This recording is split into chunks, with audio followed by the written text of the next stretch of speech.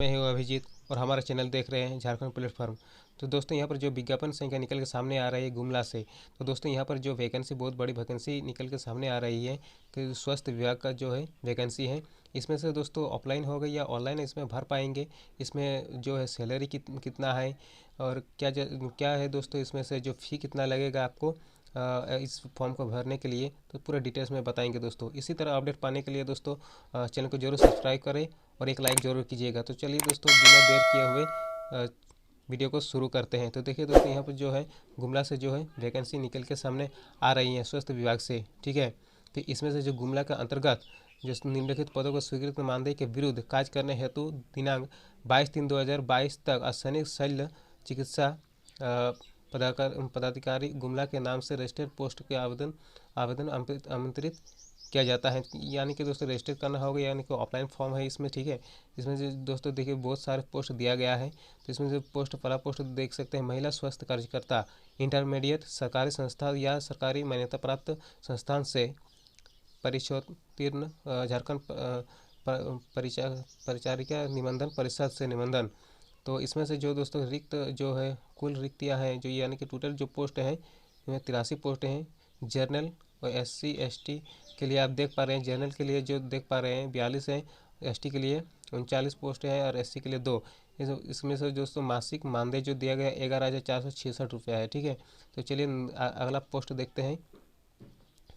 Staff nurse परिचारिका श्रेणी ए के लिए इंटरमीडिएट सरकारी एवं स्वास्थ्य सरकारी द्वारा मान्यता प्राप्त संस्थान से 3 वर्ष जो है GNM ट्रेनिंग प्राप्त तथा झारखंड परिचारिका निबंधन परिषद से निबंधन, यानी कि जो 3 वर्ष का अनुभव होना चाहिए। ये टोटल जो पोस्ट है 35 पोस्ट है और इसमें से जो सैलरी जो दिया गया है दोस्तों, मासिक मानदेय जो दिया गया है 16,564 रुपया है, ठीक है। फिर देखिए चलिए आगे देखते हैं।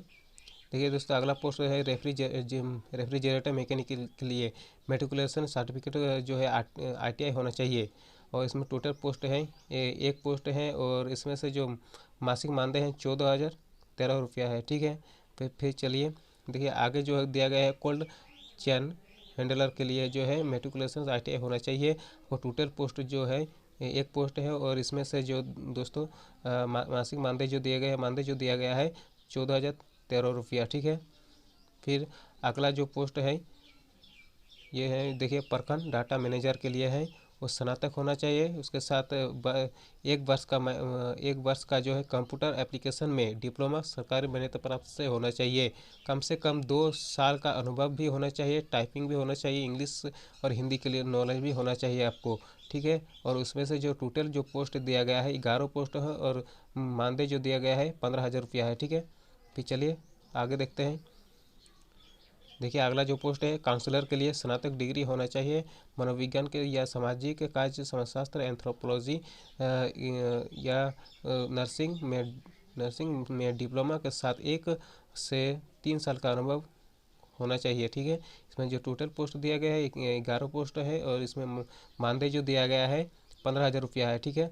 फिर चलिए आगे चलते हैं।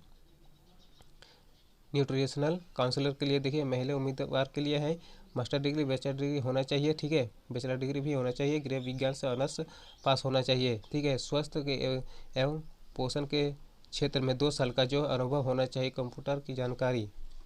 इसमें से जो टोटल पोस्ट है 4 पोस्ट हैं और इसमें जो मासिक मानदेय हैं इसमें से 15,000 रुपया है।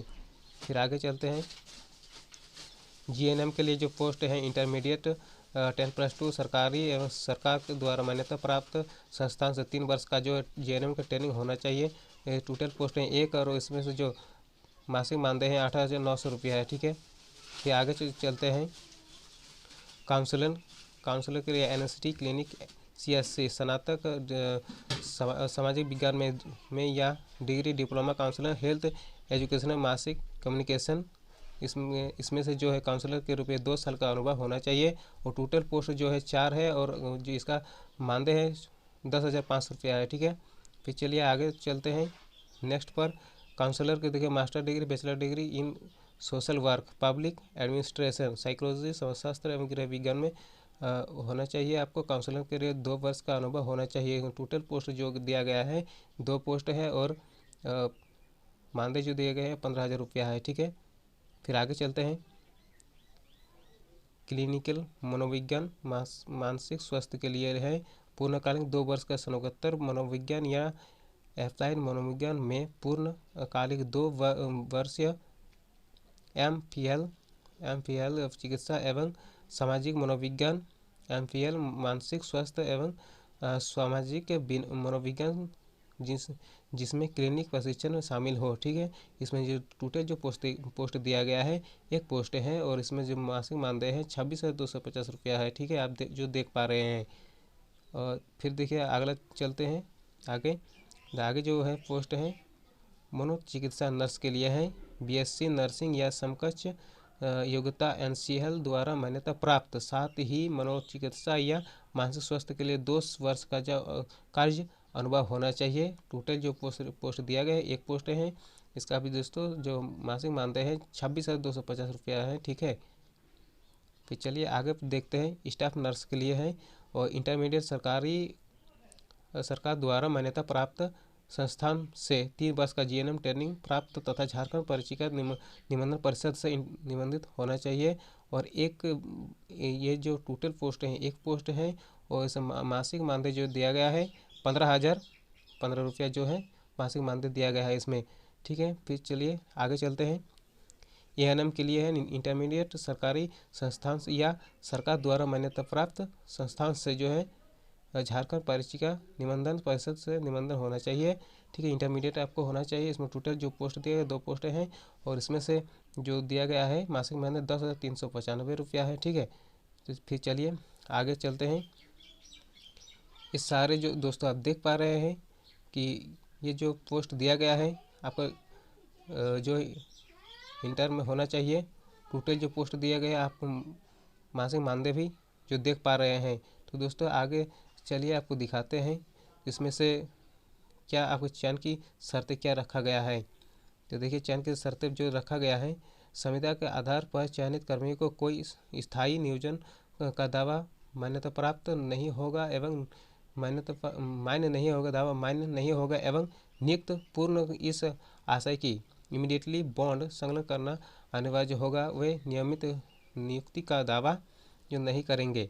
चयनित उम्मीदवार को स्वीकृत मानदेय के विरुद्ध उन्हें कार्य करने हेतु अनुबंधित किया जाएगा। मानदेय के अलावे अन्य कोई राशि भुगतान नहीं होगी। ठीक है, रिक्तियों में जो आवश्यकता अनुसार घटाई या बढ़ाई जा सकती है।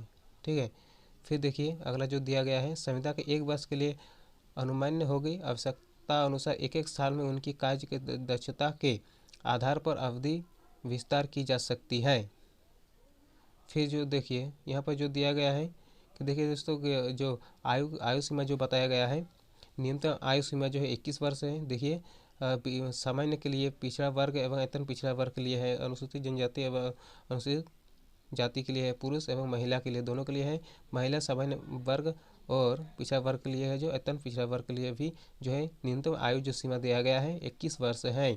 और अधिकतम जो दिया गया है देख पा रहे हैं, ये जो सामान्य के लिए 35 और पिछड़ा वर्ग एवं वेतन पिछड़ा वर्ग के लिए है जो 37 वर्ष दिया गया है। अनुसूचित जनजाति एवं अनुसूचित जनजाति के लिए जो पुरुष एवं महिला के लिए 40 वर्ष रखा गया है अधिकतम। ठीक है, और इसमें जो महिला सामान्य वर्ग पिछड़ा वर्ग एवं अत्यंत पिछड़ा वर्ग के लिए जो है 38 वर्ष रखा गया है।